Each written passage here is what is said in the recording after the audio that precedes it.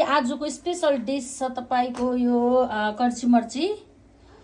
यो कर्ची मर्चीलाई चाहिँ मैले प्याज रेडी गरेँ, खोर्सानी रेडी गरेँ, अदुवा र लसुन काटेर रेडी गरेको छु।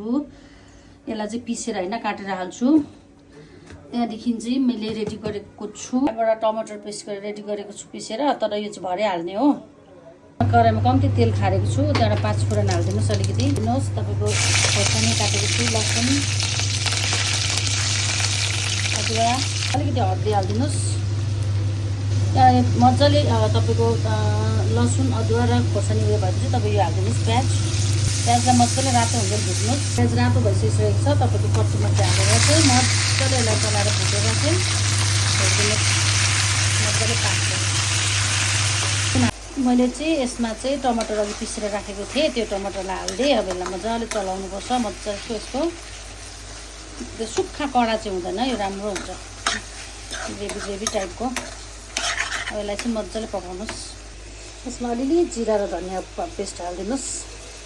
अब कर्ची मर्ची रेडी भइसकेको छ, यसलाई मजाले अब धनियाँ हालेर खाँदा भयो।